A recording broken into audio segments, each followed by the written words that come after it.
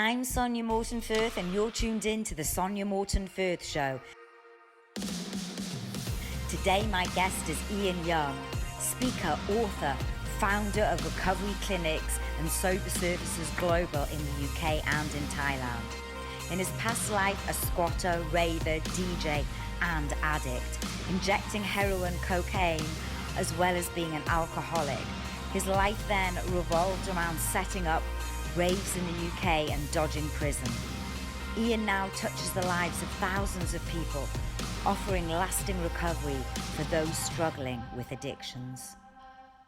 Ian, thank you so much for being a guest on my show. First of all, we should probably tell people that you haven't got a screen background of lots of lovely palm trees, just to make it look good. Where are you, Ian? Come on, let's. Yeah, well, thank you for having me on your show. I'm really delighted to be here, and it's great to connect with you. I apologise, I haven't even had a shave, but I did put a shirt on. I've been wearing, I only really wear like sleeveless t-shirts these days. I have shorts on, but I am barefoot, as is the culture when you live in beach life. This is I'm in Koh Phangan, which is the third largest island in Thailand, and I'm actually part of a new project here in Koh Phangan called Eden Life that we're just starting, me and 3 other guys and girls, and we were in a 31 chalet resort, 60 meters from the beach. The beach is just over there. I am so jealous. And I'm sure people here, mind you, we're going through a bit of a heat wave at the moment in England. It's like 29, 30 degrees, but I'd still give anything to be there. 29, 30 degrees.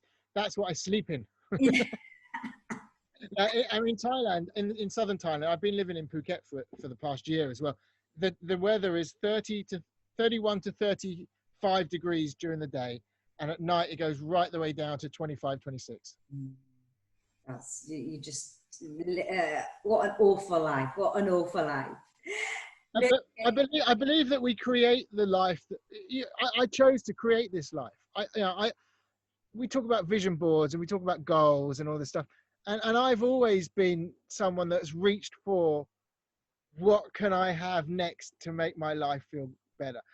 And so I don't find it a surprise to have me living in tropical paradise, because for years I've always wanted to live in tropical paradise. Yeah. When back in the 90s, I spent 6 months living in the Caribbean. I spent 6 months living in India. I spent 6 years living in the south of France. I would just go and do stuff and create life, and I've always been about creating my world around me so it works for me rather than me working for the world. And that's kind of a crass thing to say, but I've never really worked well as an employee. I've always been someone that creates magic for myself. And so yeah, I'm feeling pretty fortunate, but at the same time, I worked very hard to get this lucky. Absolutely. And life wasn't always that easy. And I know, you and I share the Yes group in common. You were leader of that. And obviously I do want to talk about that, as that's what's brought us together. But in doing, I knew a lot about you, Ian, and doing my research, I realized I absolutely knew nothing about you. And your story really blew me away. And for the last few days, I've been listening to your audios, watching your videos on your website. And I just want to take you back before we talk about what you're doing now. I'm going to say I want to take you back to the bad boy. Or if you say you're the first part of your life. No, bad boy is the terminology that I use, because I very much see the shift in my consciousness around me finding sobriety and getting drug and alcohol free around the turn of the century was my shift from bad boy into good guy. So then that's the language that I use. I was speaking at a conference last weekend in Koh Samui to Thai people, and it was getting translated into Thai. And the whole theme for me was about explaining what it means to transition from bad boy to good guy. And that's very accurate. I can give you the long version, the short version, or the pinpointed version, but I mean, essentially, I'm not I didn't grow up with major trauma or anything. I didn't have an unfortunate childhood. My parents were good people. I was a middle class kid, but I never really felt like I had enough, and I always wanted more of life, more of this, more of that, more food, more excitement, more TV, more friends, more. I just always felt like I wanted more, and at some point or other, that came out through bullying, and I was a bully at school. You were the bully. You weren't bullied. I was a bully. I would pick on people that I thought were vulnerable in order to gain friends, because I was being the guy, the main man, and also I would be gaining energy and power from the victim, because I would be feeling confident and getting strength and feeling power. And I don't say this to show off. I say this as a reality, that the act of bullying others is a mood altering process. And it was giving me a sense of strength and courage and power by being a bully. And I'm not trying to encourage people to go off and experiment with being bullies. Did you not feel guilty, or a sense of, wow, is this the right thing to do? I don't think, I mean, this is when I'm a young teenager, 12, 13, 14 years old. I don't think I ever thought that, I don't think I ever had a conscience around it.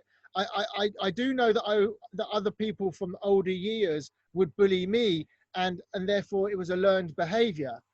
But I absolutely recognize that I was bullying people in order to make myself feel better about myself.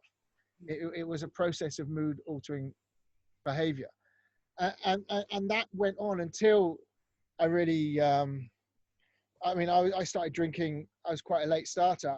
The first time I got drunk, I was 10, and it was Halloween, and I had my first beer and my first cigarette and my first kiss of a girl all on the same night, Halloween. Wow, what a night that must have been. I think it was 1980 or 81.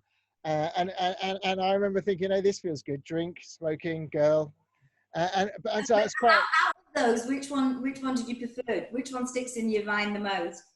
Let's face it, your first cigarette is bloody awful. I think there's no doubt about the correct answer to that. I've been chasing skirt ever since. I've always found the lure or the ability to attract a woman into my life, I find very endearing. I love that. I think, as a young adolescent, that was what I was chasing. And I believe that when I was starting to drink and use drugs, I was always chasing girls, and that it was giving me courage to chase more girls. It was giving me the ability to wear a mask and put on this persona and be this character that felt more confident and able to chat up girls.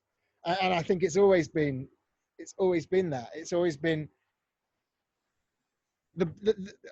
as a professional who works in the treatment industry, or the addiction treatment industry, I believe that our base addiction is love addiction, and that ultimately we're chasing love. And I learned that I learned in those days that love came to me through girls. So that's how I was understanding what love meant. And it's not necessarily accurate or real, but that it's a superficial level of love. So my love addiction manifested itself through drinking and drugging in order to change the way I felt in order to attract girls. That is fascinating what you just said, and it actually completely rings true. So if I'm just going to paraphrase that, what you just said is the basis of every addiction is you seeking love. It's love. Yeah, we're craving love. And Tony Robbins talks about that in the 6 Human Needs, and that love and connection are the top two. And Johann Hari talks about it in his brilliant book, Chasing the Scream, which really opened my views on harm minimization and maintenance, whereas before I'd been very pro abstinence. It really opened me up about that. But he talks about it. You've seen this video on Facebook where they talk about the rat experiment, and he says the opposite of addiction is connection, and that's what I was chasing all through my addiction, and to a large degree through my recovery. I'm still chasing connection with people, connection with others, connection through girls, connection through nature, connection through life or love or the universe. So Johann Hari says the opposite of addiction is connection. my my professional diagnosis is that the one word that summarizes addiction is selfishness, and the opposite of selfishness that comes about in recovery is selflessness, and it's about contribution and generosity and kindness and spirituality. And I'm really jumping the story here, but as I was getting sober and understanding what it meant to live in recovery and to have recovered, I was encouraged to explore religious dogma and search for spirituality. My recovery has been one of a spiritual journey. It's been about discovering spirituality for myself. And the religious leader that I resonated for me was the Dalai Lama, living in exile from his people in Tibet, living in northern India. And funnily enough, I'd gone to Dharamsala when I was getting very stoned. I had a big heroin habit, and I went to Dharamsala. And I queued up to see him, but for some reason he didn't want to see me. I ended up overdosing that night. So it's funny. I was in India for 6 months. Went to Dharamsala, overdosed. The Dalai Lama didn't want to see me. We ran out of drugs, and so our best thinking was, well, where can we get more drugs? So and we had heroin habits at this time, and we understood that the best place to get drugs was Afghanistan. That's where all the heroin was coming from. So we thought we would go from Dharamsala in the northern Himalayas over to Kashmir on the Indian Pakistani border, which is at war. It's a war zone, and it has been for decades. And because we figured we were closest to Afghanistan, we'd get better heroin there. Ended up in Kashmir, where the electricity's going on and off. You can hear bombs going off, and we're staying on these houseboats that would have been beautiful 20 years beforehand, but since the war had started, they just become more and more tired, and it's really cold. It was like November, and at night you needed like big jackets and stuff, and the only heroin we could get was washing powder. We were sold bad heroin, and we were both injecting at the time, and it was just making us more and more sick. So you say bad heroin? Is any heroin good? Of course. I mean, I've never tried myself. I've never tried myself. Okay, let's talk about this. What was it about heroin? Because let's face it, a lot of people out there have tried some form of soft drug, or B class, C class drug, whatever you call it. But obviously, heroin is the big bad boy that I guess a majority of people go, oh, I wouldn't touch heroin. Never touch heroin. What was the point where you presumably were doing? What were you doing? Other drugs? I'm sure you would go straight onto heroin. Oh no. I mean, after getting expelled from school for burning down the fifth form block, though they couldn't prove it. Did you do it? But they couldn't prove it. I had contributed towards it by starting the fire, but but they couldn't prove it. Anyway. I went off and started squatting, and the drugs. I said to you earlier, I became a hippie because hippies did more drugs than school kids, and at first it was a try-hard teeny goth, so I was like a junior goth. I'm only 15, 16 years old, and we call it try-hard teeny goth, and that evolved into hippies, and then the hippie thing, I realized that punks did more drugs than hippies, so I became a punk, and there's photos of me with Mohicans from 16, 17, 18, 19. My Mohican grew out as I became crusty and went into dreadlocks. I've got some dreadlocks now. I can just about see the dread. Oh yeah, they look good. 4 dreadlocks there. 4. 4. 4, and they all started in lockdown.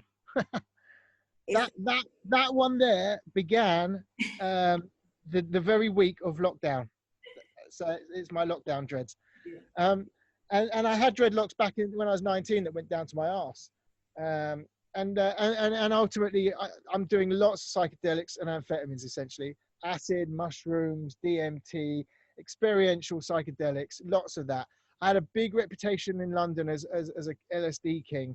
I was getting LSD imported to me via the diplomat of an Irish person, an Irish member of parliament. His daughter with diplomatic immunity was carrying the LSD from California, I presume, from the USA to London. And I'm sure that the money was going to fund the IRA, essentially. That's where I was getting my LSD from. And so I was producing blotters and blotters and blotters of it. And I absolutely fell in love with ecstasy. And anyone that tries ecstasy and doesn't fall in love with it must have been doing it wrong. I don't know. But the ecstasy's whole chi is about love. It's about love and connection and unity. And it's not necessarily it's not an addictive drug. I mean, you can become addicted to the buzz, but it's not an addictive drug that you can, in the same way that heroin is, or other drugs. But you still get your come downs. Weren't you suffering from the come downs from all these drugs? I mean, you know, I know see, you're doing it wrong. You're doing it wrong. The trick is not to come down. I didn't come down until sometime in my late 20s. I was a daily. I used every day. There wasn't a day where I didn't get high. It was what I did. I used to live and I lived to use. And that was from the age of 16 right the way through to when I finally got sober in 2001 at age 29. There wasn't a single day when I wasn't high or stoned. Every day. But how do you even afford to, you know, to carry on the habits, to fuel it? Well, you create the lifestyle that you want in order to achieve that. So I created these raves and these parties. I was part of the sound system culture. My role was selling enough LSD in order to create enough money to supply me and my crew with ease and hash and alcohol. And everybody in our tribe contributed their own thing, whatever that was. We didn't judge you because you were making more money or less money, or because you weren't making any money but you doing all the cooking. Or we all took care of each other. We lived in communes and tribes as young people, as young adults. This is the counterculture. This is how we survived. We lived in squats during the winter in London, and in the summer we would travel in buses and we would live together and go all over the place. And we were fully self-supporting through our own contributions, one way or another. None of us had a job, none of us had a bank account, but we had access to, we would sell drugs and we would sell other things along the way. And you put on these huge raves, right, across the UK and Europe? Yeah, I was part of a group called Spiral Tribe, which is infamous for the early 90s. And then also, I'm an original Bedlam boy. And Bedlam was really what we were doing in London. Bedlam was kind of my home because we were all like North and East London squatters. I first met the guy called Bedlam, who I won't say his first name, but you either know or you don't, at the George Robey, 1989. At an alternative gig at the George Robey, probably a Friday night, and I was selling my acid and he was selling his acid, and I was getting my acid at like 80 quid for 100, and he was paying over £2 for 200 quid, and he couldn't believe that I could get them over half as cheaply, and that's how we became friends. And to this day, that guy is a legend in the world. And I'll talk about that later when we come full circle to Glastonbury, if you like. But my thing was, I was selling acid to support the tribe, and we never ran out of drugs. And looking back at it, it was the perfect culture to support someone with addictive disease, because we made sure that no one ever ran out. One way or another, someone's dole was coming through, someone was getting money on this day. One way or another, the whole tribe stayed stoned the whole time. And was it ever about the music? I mean, obviously that was the start of Acid House. It was the start of, you know, all the... It's all about the music. And I have to say that not only because it's the official line, but it's actually sincere. All of us were entranced by the music. The music of that era, that genre, was groundbreaking. And I mean, it's modern day psychedelia. It's psychedelia from the 1960s made relevant for the 1990s. I was a student at Coventry at the time, and I don't know if you remember or heard of the Eclipse. It was one of the... Sorry? The Eclipse parties? Yeah, it was one of the big places in Coventry, and I remember, you know, the guys in my house would always trip down there, and yeah, it was fun times. Well, I mean, I'm a raver, not a clubber. And the difference between that is clubs are enclosed and they sell alcohol. Yeah. Raves were illegal, and alcohol was just a small part of it. Most of it was about ecstasy, acid, and the freedom to dance in a field or outside or in a space where there was no rules. It was living anarchy. It is living in a utopian anarchy lifestyle. And I'm an anarchist to this day. The problem is that the media portrays anarchists as clad in black fighting the police. And yes, I have a history of that, but that's not what anarchy is about. Anarchy is an extreme form of libertarianism. I am smart enough and tuned in enough to know what is right for me and how I should treat other people. And there are two rules to how we treat other people. Do unto others as you would like done to yourself, and do for others what they cannot do for themselves. And if you can apply to those two principles, you want me to repeat them? Do to others. I was going to say, were you using those principles back then? I know, obviously, you do now. Always. It's my mantra. And in those days, yes. And as a tribe, yes. Do unto others as you'd like done to yourself, at least within the tribe. We would steal off society, but within the tribe. And do for others what they cannot do for themselves. It's absolutely the image that comes to us from those days, for sure. Now, then I went into a darker stage. I mean, I left the country in 1992 after getting arrested for this big rave called Castle Morton, where 38,000 people turned up. And we knew it was on top. We knew that they'd have a field day with that right now. We've been told we can't meet more than 6 people. I know. But so what we're going to do is we're going to dress up in tweed and carry a bugle and dance around the DJ. And when the police turn up, we'll just tell them we're fox hunting. Yeah, perfect. And that's okay, right? Perfect. You're killing a fox. Don't worry about it.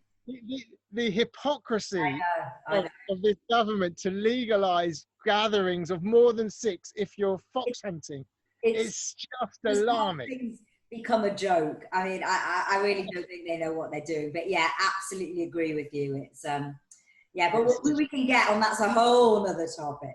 But so yeah, we'll come to that later. So you left the UK in 1990. I left the UK, and if you're going to leave the UK, if you're going to go on the run, because I didn't fancy prison, where are you going to start? The obvious place to start is Amsterdam, because the weather's exactly the same, but you can smoke drugs on the street.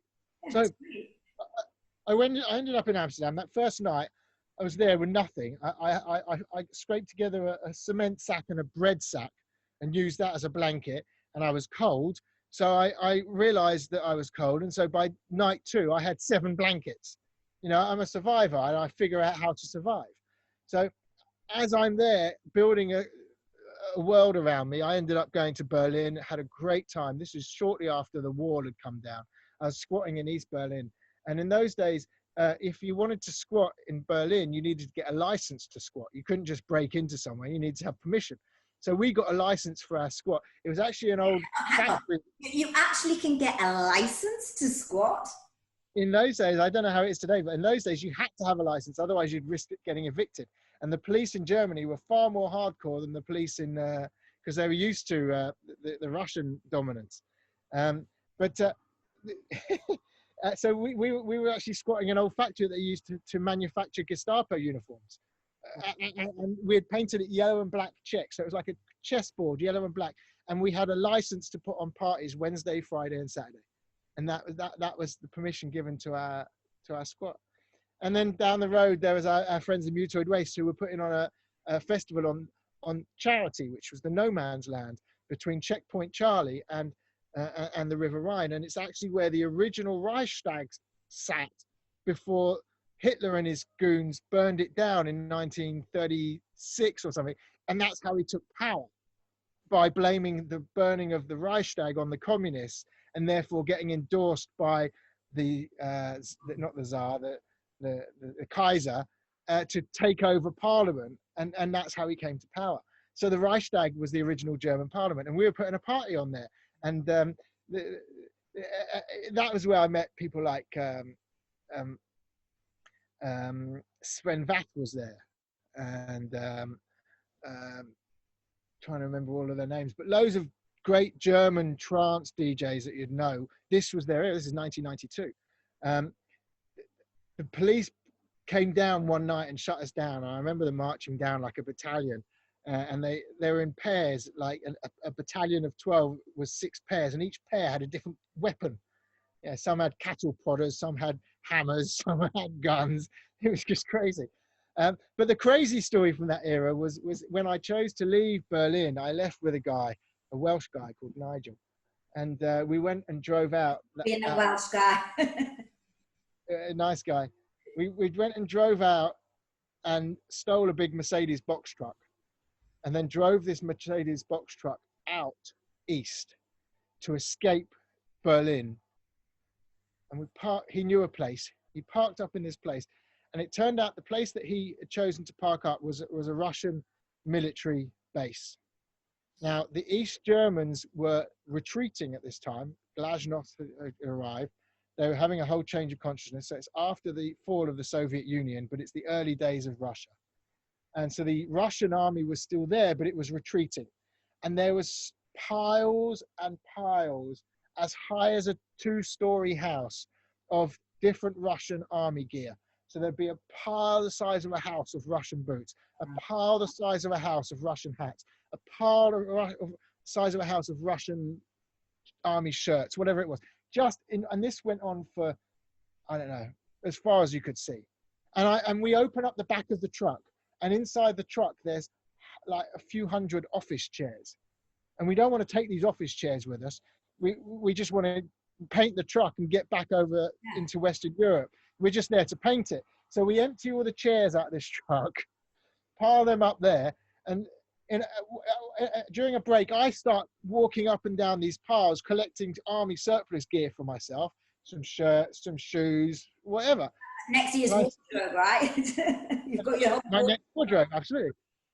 Army boots was what we wear. But then I see a battalion of Russian army walking towards me. And I'm literally stood there at the top of one of their piles with my arms full of their gear. And here is my first experience with the Russian army walking towards me. And I absolutely crapped myself. And I stood there frozen, and they walked right up to my pile, and they kept walking. And they walked, and they're heading towards the truck. And I don't know how to turn around and tell everyone at the truck to watch out, the army's coming, because I'm feeling so exposed. They walked up to our truck, and they took our chairs, and they loaded their chairs into their own arms, and they carried our chairs away. And it was like a silent agreement that they weren't going to touch us, but they were going to have our chairs. Wow. It was a crazy thing. And they walked off with 200 chairs. And we walked off with a full handfuls of army surplus gear. So, I mean, Ian, all this sounds amazing. It sounds like you had such an amazing life. And, you know, people are probably listening going, wow, we need to take loads of drugs, go out there and party. There must have been some dark moments. Oh, I'm nowhere near the dark moments yet. The dark moments don't come for a number of years yet. I'm still very enjoying things. We went from Berlin with the truck. We lived in Paris for a while. Then we went down and spent the winter in Barcelona and Valencia so that we weren't too cold. And then we came up to the south of France. And this is where I started experimenting with cocaine. And while this was probably the first example of a dark moment is... When were you in Barcelona in the south of France? What year was this? Just out of interest. The winter of 93, I was in Barcelona. Okay. I was in Valencia and Toulouse about 92. Yeah, you know. Well, I lived in Toulouse afterwards. That's next. Toulouse is where I stopped, and so I speak French fluently, and my French is Toulousain. Toulousain. But so it was in Valencia that I went into paranoid psychosis for the first time. So I must be 21 now, maybe 21 and a half. And what paranoid psychosis looks like is that I'm very uncomfortable in my own skin. I don't feel connected to anyone. I'm super anxious about everything. I'm when people are saying something, I'm investigating the meaning behind why they're saying that, as if it's a whole conspiracy. It's a real scary place to be. And I was there for a number of weeks, getting more and more paranoid, feeling unsafe and unable to trust the people that were with me, and just isolating myself. And at some point, when you take LSD, it's like you have an elastic band, and you take LSD and you stretch your mind, and you stretch that elastic band, and then you come down. And the next time you take acid, you stretch your mind, and then you come down. If you keep stretching that elastic band, sooner or later, the elastic band gets a bit saggy. It loses its tautness, and you keep pulling on it. And sooner or later, you have to pull it so far in order to get the tautness that then when you let go, it no longer goes back to the same shape, and it starts getting very saggy. And that's the best metaphor I can use to describe paranoid psychosis and how that affects your brain. But at some point, you stretch it so far that it breaks. I mean, because everyone's talking now about psychedelics and hallucinogenics and how it can expand the mind. And, you know, a lot of people out there taking ayahuasca. It was one thing on my hit list. I'd love to do that one day.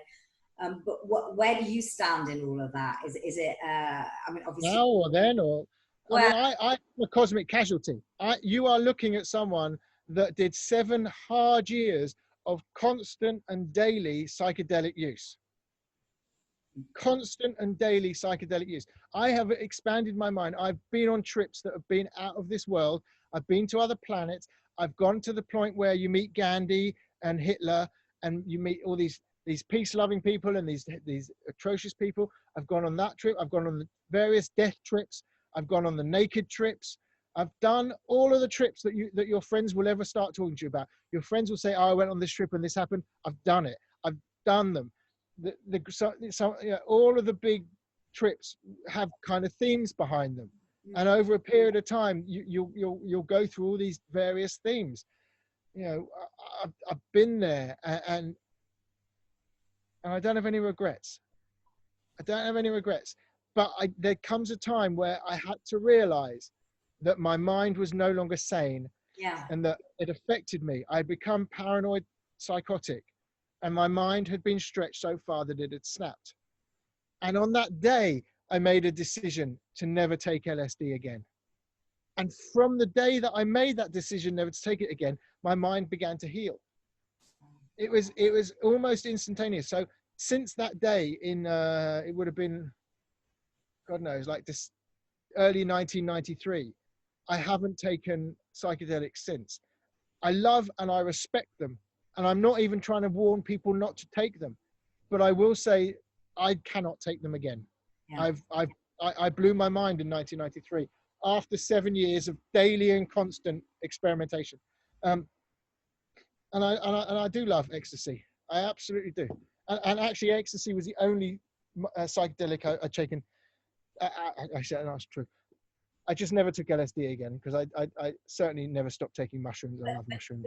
And I've always enjoyed DMT. If you ever get the chance to smoke DMT, DMT is like a shortcut to ayahuasca. Ayahuasca is a whole load of. I've never heard of DMT. What is DMT? DMT is ayahuasca, but kind of reformed into a powder that you then smoke, and it gives you 15 minutes of hallucinations that are out of this world. But your mind is completely clear. You know what's going on. You're just enjoying. Your eyes are closed. You're enjoying being in another planet. Ayahuasca is like a whole 36-hour mad kind of vomiting and purging thing. Ayahuasca? I have not done ayahuasca. The scene for ayahuasca kind of grew after I got sober. The woman that really kind of pushes ayahuasca in London, her name is Rebecca Shaman. Have you come across her? No, it's got a great name for ayahuasca though. Was that a deliberate? Well, Rebecca Shaman, if you look at Rebecca with a K, Shaman on Facebook, she's pretty famous around the London scene. And I grew up with her.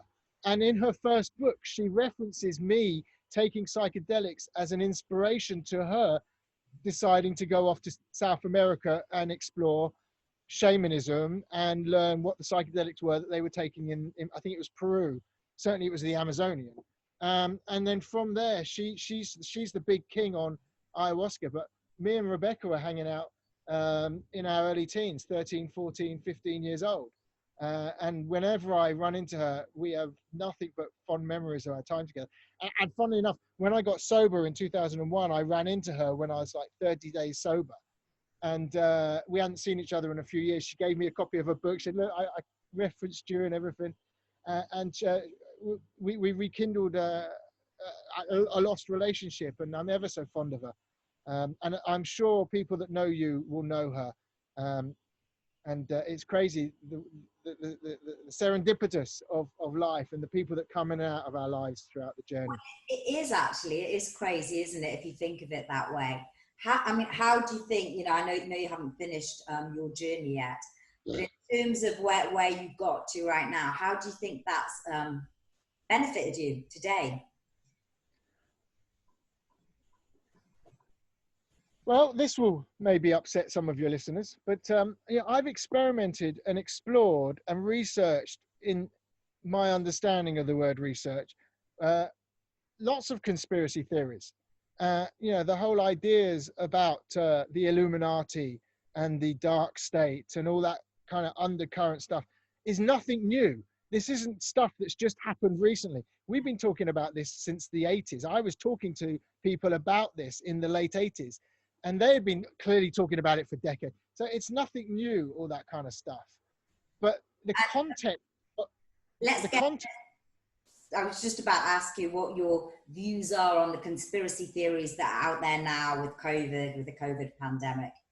The context of the reemergence of all of these stories, I'm not even going to call them conspiracy theories. I'm just going to refer to them as fairy tale nonsense, because I think giving them the label of conspiracy theories is giving it too much.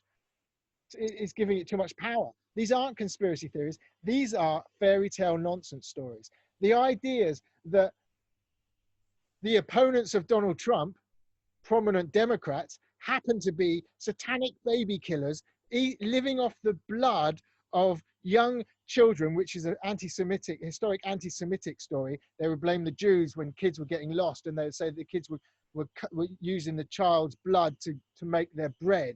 This is historic anti-Zionism, anti-Semitic stuff.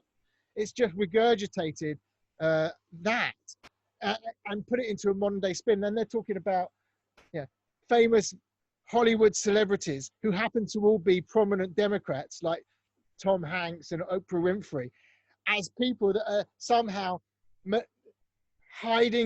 stealing babies for satanic blood rituals. It's just nonsense. And these people that are writing this on their keyboards on Facebook or wherever, they just need to say that out loud to their child or to their husband or wife or to their mum or their dad. And maybe they'll realize just how crazy they sound rather than just typing it. But it's absolute nonsense. What they fail to see, what I believe is happening is they're getting high on the fact that suddenly they've got some information that no one else has got. And that by spreading this word about this information that no one else has got, they're becoming somehow important themselves and giving themselves some self-esteem, is just missing the dark side of what's going on here. The people that are pushing out these stories are driven by fascism, by the alternative right, white supremacy, Ku Klux Klan members putting on a new shirt, neo-Nazis trying to grow their hair a bit longer, and support Donald Trump because he hasn't come out against them. And they found a president who is not anti the far right, and they've rebranded it alternative right. And and they've got a whole media company, Breitbart News, which is collecting advertising money each time you watch and click on it. And they've got radio shows and personalities that are all coming out for this. And unfortunately, despite the fact that this is all coming from ultimately far right sources, so many of my friends in the spiritual world, the personal development world, the humanistic world, people that historically have got a background of love and unity and harmony and caring about others, have fallen into the shadow of this QAnon nonsense. And they're spreading all this stuff, and it's just bonkers. I'll give you a really live example that was happening to me yesterday. People were talking, this is a really kind of the Save the Children hashtag, right? You might have seen that going around. Save the Children is a charity that is absolutely distancing itself from all of these nonsense claims about, people say 80,000 children a year are disappearing in Britain, right? 80,000 children a day are disappearing. And that's 1 million a year. These people just aren't doing any maths. if 1 million kids were disappearing a year, we wouldn't have waited until now to hear about it. We would have heard about it a while ago. Parents would have said something. It's just nonsense. So there's this whole thing about boycott Netflix. Yes. I did see a post on Facebook from somebody that I know. I think we know mutually. And I just quickly glanced at it, and, you know, I have my own opinions, but I want to hear your opinions. So the funny thing about this boycott Netflix thing is that everybody who's boycotting Netflix hasn't seen the fucking film. I know, it's hilarious. And this is what gets me too, Ian. It's like, have an opinion if you're educated on it. If you've seen it, if you've watched it, then absolutely have an opinion. But it's like anyone, and this is what, you know, I see this all the time. It's like somebody says something, put it all over social media, and everyone jumps on the bandwagon. And you know, my opinion is, we're a bloody load of sheep. It's herd sheep. We just agree with it because someone else has put it out. Well, we agree with it because it's controversial, and therefore we think that it's going to give us some sort of new status of being someone more profound. But the reality is that film is called Cuties, which is a translation from mignon. Now, I speak French fluently. I lived in France for 6 years, and I still speak French fluently. I have a lot of French people that I'm in contact with. It's no secret that I speak French fluently. Now, mignon does literally mean cuties, but it doesn't mean cuties in the way that it's been dressed up by Netflix even. It kind of means cuties as a kind of, it's a very soft version of the word cute. Yeah. It's certainly not sexualized. This film, I watched it, and this film is, now bearing in mind, people are saying, let's cancel Netflix because they're promoting paedophilia. And QAnon are pushing this agenda that the left-wing liberal LGBT community are trying to tell us that now paedophilia should be added to the LGBTQ plus P. And that traditionally lesbian and gay people now want paedophilia added as an acceptable sexual choice, which is horseshit. Of course it is. It's absolute nonsense. That's the same kind of rhetoric that they had that was the original anti-gay movement, was because these people are corrupting our sons. Of course, yeah. It goes back to, you know, AIDS was a sin. It was, you know, the whole thing was God's crest on us all. So the cancel Netflix thing is because people are saying that this film is promoting paedophilia, and they're judging that from a 30-second clip, which has got a part of the scene at the end of the film where the girls come out and they have self-taught themselves a kind of sexy dance that one of them has led them to, because the group are influenced by MTV and hip-hop icons and the sexualization of their pop stars that they see on TV on the X Factor. So one of them's seen these images on TV, and these girls are 11, and they've tried to act older than they are. They try to behave like they're 14, 15, because that's what 11-year-old girls do, and they want to be like. And so they're trying to act grown up by mimicking a hip hop artist, by licking themselves and touching themselves. And there's a 30-second clip of that in the trailer, which may or may not have been a good decision. It's raining. May or may not have been a good decision by Netflix to include that. But this film won multiple awards in France. Wow. So I watched the film. All this press is doing this film brilliantly. Let's face it, good press or bad press. I watched the film now, right? So I watched it, and this film is about as far removed from being pro-paedophilia or pro-child sex as Charlie and the Chocolate Factory is promoting obesity in children, or is promoting the idea that children should behave like brats. It's the opposite. The whole film leads up to this scene where the girls have got so immersed in this world of, I have to look older and dress in shorts and look crop tops and show off my body, because of the media's portrayal by, in this case, they're using hip hop artists as an influence. Hip hop artists on shows like the X Factor. And so the whole point of the movie is the exact opposite of the reason why these people are jumping on the bandwagon and getting involved in another kind of nonsense fairy tale. It's just bonkers. It seems like our reality is all being skewed, and I don't know if it's because of everyone being in lockdown and feeling a bit crazy. But yeah, the more and more that's out on social media is sort of getting ridiculous. You're right. We've seen a massive growth in this sector of, you know, anti-vaccine doctrine, which is another thing. I was given vaccines as a child. No one I know has ever caught polio. No one I know has ever had measles or TB or any of these other things. We were all given vaccines. Get over it. Get over it. It's okay to vaccinate yourself. No one is going to give us vaccines that aren't thoroughly researched and tested. And I know this because I have personal family members that work in Oxford in those laboratories. They're not people that are just being paid by the government to come up with the first thing that they can in order to beat a COVID thing. They're doing loads of diligence around this whole stuff. They are under immense pressure to bring this out as quickly as they can. They're being given lots of money to do it to come out quickly, but that doesn't mean they're going to get it wrong. It means they're going to get it right. Now, why on earth would me, and I haven't even finished my story yet, but someone that ingested huge amounts of toxic chemicals into my body for 13 constant years have anything to fear from a vaccine once a year even? It's just nuts. It's just nuts. And I appreciate there are people that might be scared that their children are going to become autistic or something, and I have no opinion or experience on that, but that is a minority of people, and in those cases, fine, opt out. I don't care. What I do know is that it's very likely that if you want to travel around the world again, you're going to need to be vaccinated against COVID. Thailand has its borders closed since April. No one can come in. No one can, if I leave, I can't come back. But look at what Thailand, I mean, this is really going off track again, but Thailand, in January, we were wearing face masks. Mandatory. You leave your house, you're in public, you wear a face mask. Mandatory. January. Yeah. February, there's a curfew. You have to be home.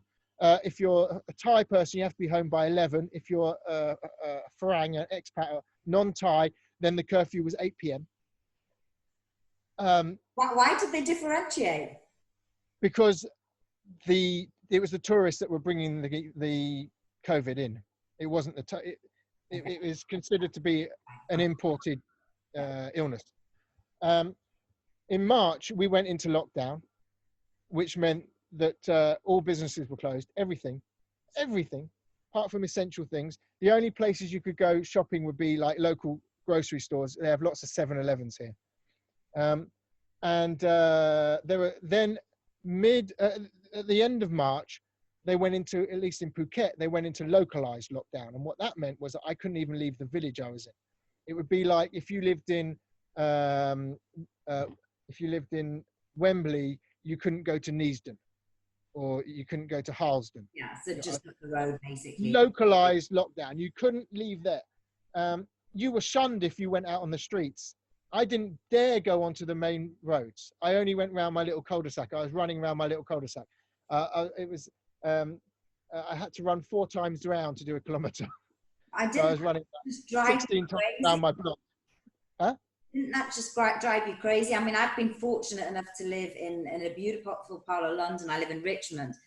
And at least I can get out, and there's beautiful walks along the river. I can go into the park. There's lots of open spaces. And obviously they say if you're in an open space, it's a lot better. And it's... You were allowed to go out for an hour, weren't you? You were told you could go out for an hour. Yes, at one point, yes. But I don't think anyone... You were allowed to go out. So I was doing this clandestinely. And we're watching the UK, and the UK has got a lockdown, and it's all very quiet. And all my friends back home are coming online and getting involved with all this. And this is when I first started hearing people talking about the dark state and the Illuminati and the Great Awakening. And I started falling out with my friends when they started quoting all these anti-Semitic stories dressed up and not really believing me when I'm telling them that it's being funded by the far right. And it's just, this is when it started. As a result of us being locked down like this, in April, they closed our borders in Thailand completely. By the end of May, we started opening up again. Now, since the end of May, we had 58 deaths and 3,300 cases of COVID in total. You guys in the UK were getting that in a day. We had that in 5 months. Since the end of May, Thailand began opening it up again. We've been able to do what we want. You might have seen me on Facebook traveling around Thailand. The borders are still closed, but essentially, in most parts of Thailand, I'll still wear a mask when I'm out in public. Masks are still mandatory, especially if you go into any shop or public place. And the mask wearing has been very effective at reducing cases. Since the end of May, they've added an extra like 300 cases since we opened up again. And all of the new cases that Thailand has had are people that are returning to Thailand from abroad. So there's no domestic cases now in over 3 months. They're doing something right. And we've seen this across Southeast Asia, that the people are doing something differently. And the people here historically are, their mindset is that the government is telling us to do this, let's do this. They haven't got this mindset of the government's telling me to do this, let's rebel. And I'm speaking to you as the biggest anarchist you know. Hey, Ian, what's happened? That's like too many years of being sober, obviously. Hey, look, being an anarchist is a lifestyle choice. And what that means is I choose to live my life on my own terms, in peace and harmony. I'm an anarchist in all of my affairs. Doesn't mean I dress in black and I go and fight the police. It means I create my universe and my world, and I live by my 2 rules. Do unto others like done by to yourself, and do for others what they cannot do for themselves. And if you can follow that and live in harmony, that's anarchy. And if the government is telling us to wear masks, I'll wear a mask. Why? Because at least if it reassures everyone else, I'm contributing to the welfare of others. And it's not really that much of a big deal to me. Yeah, it can get uncomfortable wearing a mask for a whole day when you're on a plane. I get it, but get over it. So I'm just going to add something there. And I know we've gone off piece completely. Well, one of your other things that you said you held very highly was connection and love. And I understand what you're saying about mask wearing and keeping the numbers down. But what has it done to people's mental health? Sorry? Wearing a mask? Not wearing a mask, being in isolation, because I think that's certainly where we've had a lot of people, certainly here in the UK, that have suffered from being in isolation. And I don't just mean, you know, the elderly. I mean people that are on their own, that like to talk to people, that have really suffered. Suicide rates apparently have gone up. They haven't got any final figures on that. But there is something to be said of, well, there is a health risk, but there is a mental health risk. I think you're accurate. And from the reports that I read and the research that I see and the studies that have been done, there is a rise in poor mental health. There's certainly a rise in alcoholism. There's a rise in suicide. There's obviously a rise in loneliness. And 2 of the main key factors around active drinking and drugging and other antisocial behaviors is boredom and loneliness. When I'm bored, I find things to amuse myself with. I reach for food, I reach for the TV, I reach for masturbation, whatever it is. To treat my own boredom, I'll go and do things that I wouldn't normally be doing. Loneliness, how do I treat my loneliness? Very similarly. I'll reach for booze, I'll reach for the TV, I'll reach for porn, I'll reach for food. It's the same stuff. And it has led to a significant increase in reports of challenges around mental health.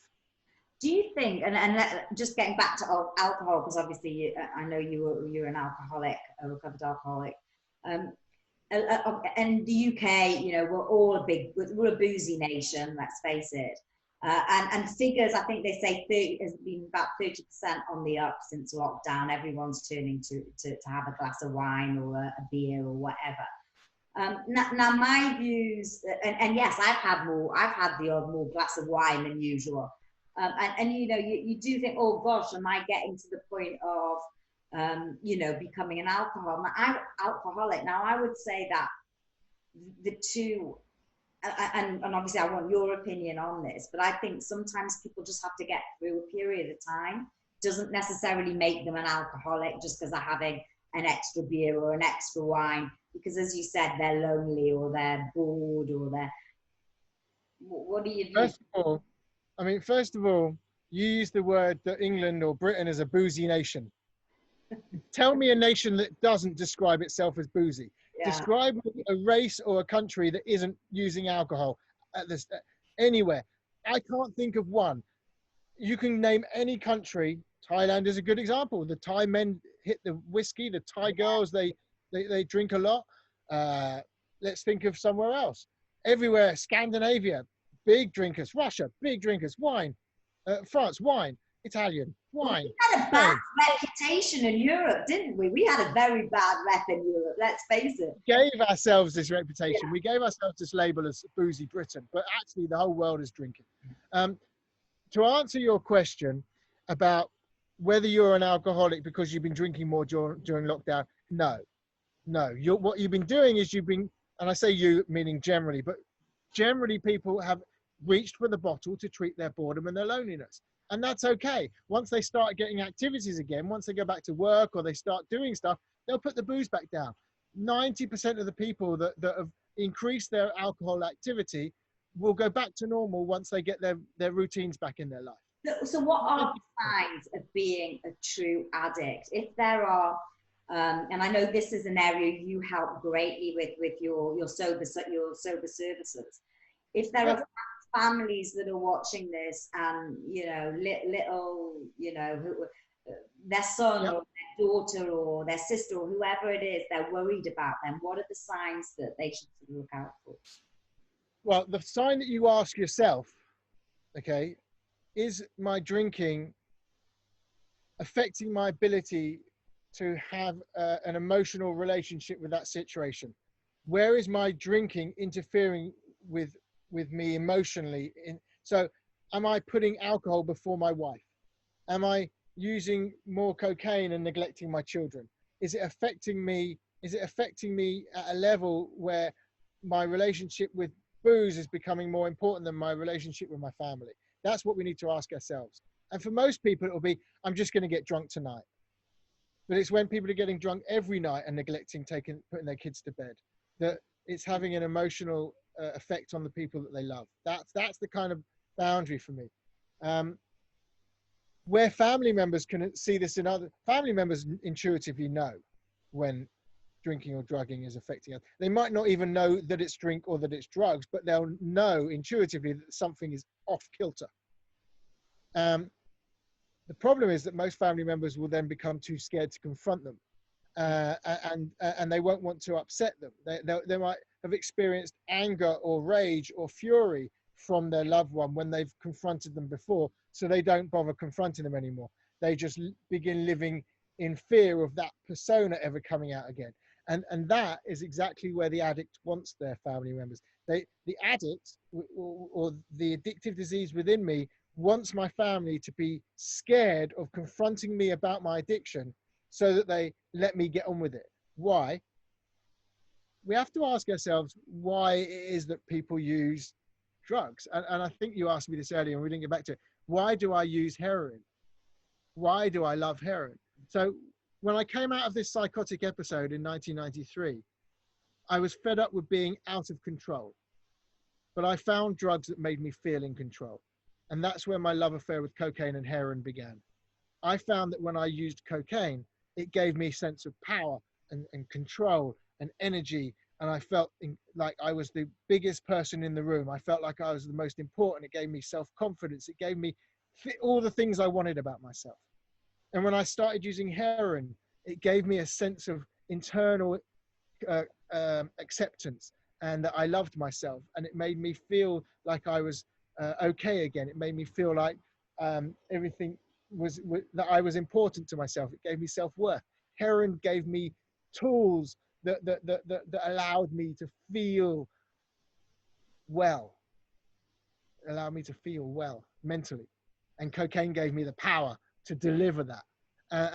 And so when people don't understand why we use drugs, the reason why we use drugs is because we like the way that that they make us feel. We like the effect produced by it.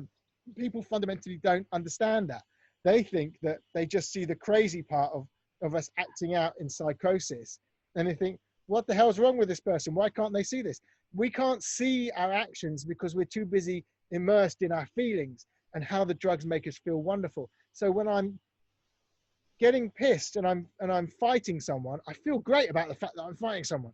I don't feel shit, I'm fighting someone. I feel great about the fact that I'm fighting someone because I'm feeling the joys of the booze. And it's the same with Coke. I feel great when I'm high on cocaine. I don't know or notice that I'm boring the arse off everyone. I don't understand or see the fact that I'm being an asshole, I'm being obnoxious, I'm being a dick, because I feel so great about how the drug is fueling my system. And when I'm getting stoned, I don't mind the fact that I'm asleep for 8 hours because I just feel so great inside. The fact that I'm wasting away for days and days and days and not doing anything whatsoever isn't of importance because I just feel good. And that's where the cycle of addiction begins to take home. I prefer to feel good under the influence of heroin and cocaine than I prefer to not feel under the influence of not being under the influence of cocaine and heroin. And so I adopt my lifestyle so that I can consume heroin and cocaine on a daily basis. And for the next 7 years, I dedicated myself to heroin and cocaine. You asked me earlier, how do we afford this? Well, if I'm now going to need to use more expensive drugs, then I need to find new ways of making money. And having understood, lived in Amsterdam briefly previously, I went back to Amsterdam. I made connections up there with, Amsterdam is the central port of the drug trafficking trade in Europe. And I made connections there, and I began shifting various drugs north and south from Amsterdam through France into Spain, and east and west from Amsterdam across Germany, Austria, and into Czechoslovakia. And so I had this kind of network that was going east and west and north and south, importing, exporting. I became a fairly successful DJ in the 90s. My name was Degenerate. In French, that's dégénéré. And I would use those opportunities to perform and play parties to transport large amounts of narcotics. And I don't know whether people came to our parties because they wanted to hear me play or because they knew I had the best drugs, but our parties were good. We had good fun. And I learned how to support my habit. I was part of a crew in Toulouse. We were shifting kilos of coke and kilos of heroin a week, and I always had 10 grams of each in each pocket, and I would use as much as I wanted. We were selling in those days sufficient amounts that I could consume as much as I wanted. So I was consuming around 3 grams of heroin a day, and I began cooking up cocaine and making crack and making rock. So I was smoking it, and then at a later date I was injecting cocaine, and I was easily using between 5 and 10 a day, depending on who I was with. Sorry? How are you still alive? Well, I only did it for 7 years. I mean, look, at any point physically that you thought your body, or that you were worried about your health? I mean, it's at no point did your body just go, oh, and never mind your body. What about the police? Did the police not catch up with you? Obviously. Well, here's the trick. A lot of people, they talk about, they get paranoid on cocaine. A lot of people talk about paranoia, particularly when they use cocaine. The trick to not getting paranoid when you're using cocaine is to use enough heroin, because heroin removes the paranoia. But the other reality for me was that I'd always been on the run from the police. I'd been on the run since 1992. So for me, the police really were chasing me. So that paranoia wasn't really paranoia. It was a reality for me. I was constantly living in a state of police fear, and I was always on the move. And so I never really had an address. And I watched the police pick up all the other 11 people from my crew, and they never knew where I was because I was just used to not letting anyone know where I was. I was living in a state of paranoia anyway. I watched everyone else get arrested, but I knew they were looking for me. Everyone knew they were looking for me. We even knew who had been grassing me up. And I also knew that the police didn't have my real name. They had my name as Yann, Y-A-N-N, which is French for Ian. And they thought my surname was Nerat, as in degenerate. They thought DJ Nerat was my surname. So it was Yann Nerat was on the form. So yeah, I knew I was kind of in the clear. But it was my birthday party in the year 2000. No, 1999. So November 1999. And I had a party on, and I had 2,000 guests coming to my party. My fiance at the time was managing all the go-go dancers. My DJ manager was managing all the DJs. Everything was taken care of. And both my ex-fiance and my DJ manager are both in my life to this day. And I'm grateful that none of them ever let me down. And to that point, all of the long-term girlfriends I've ever had in my life, I've always remained on great terms with. And I think that is another question that I wanted to ask you about, which I know I don't want to take you off on another tangent, but I did want to ask you about what place love took in your journey and how did that shift you. But I know we'll go back. So I really want to know about physically how you actually are still alive. Yeah. So let me come to that. So I had 2,000 people coming to my party. I knew the police were coming to pick me up. And so I didn't turn up to my own birthday party. That night, I got smuggled into the Pyrenees. In the Pyrenees, I did my first, well, maybe not my first, I did a cold turkey detox, which meant that I sat and I shivered and I shook. And there's no physical risk of death detoxing from heroin. It's just very uncomfortable. But there's no real risk of death. Why do we hear that heroin's a killer and, you know, people die of just one dose and... Well, there are ways of consuming heroin that if you don't have a big tolerance can kill you, particularly if you're injecting, and particularly if you've had a break for a while and your tolerance is different. But the detox won't kill you. Detox from alcohol can kill you. Detox from alcohol is very dangerous. And then after that, I went into Spain. A friend of mine got me some gigs. So I played some music, got enough money. My cocaine dealer from Toulouse, because I've been living in Toulouse for 4 years, came down with my with my fiance, and the three of us got a boat from northern Spain back to the UK. And this is where the problems really started. The problems in France, where the police were after me, weren't problems. They were just life challenges that go with being a drug user. But coming to London now, at the end of 1999, actually it was early 2000. No, it was before the millennium. With huge habit, a huge appetite, and no resources, because the cold turkey detox only lasted as long as it lasted. Then I was straight back on it once I got back down to Spain and got some money in my pocket.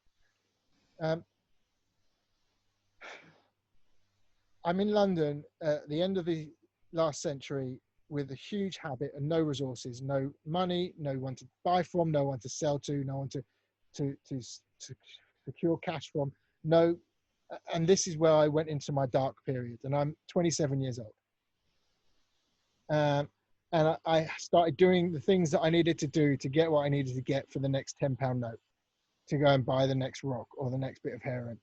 And that's where I compromised my values. That's where the person that I had grown up as, born on this planet from a place of spirituality, born in a place of a nice guy, born jolly, #jolly, that's my thing. I was just always jolly. And I compromised all that, and I shifted into the mentality of a junkie, and the archetype of a junkie, where you think they're going to steal from you and they're going to rob you. Personify itself. What were you doing? I was stealing from people. I was stealing from family, friends, people that I meet on the streets, anyone who invited me into their house. I couldn't be trusted. I would be shoplifting. We would occasionally do small jobs on commercial buildings. We were doing dodgy deals. We were doing whatever we could. I became that dark person for a couple of years. And I did things that I'm not proud of and that I don't like to boast about.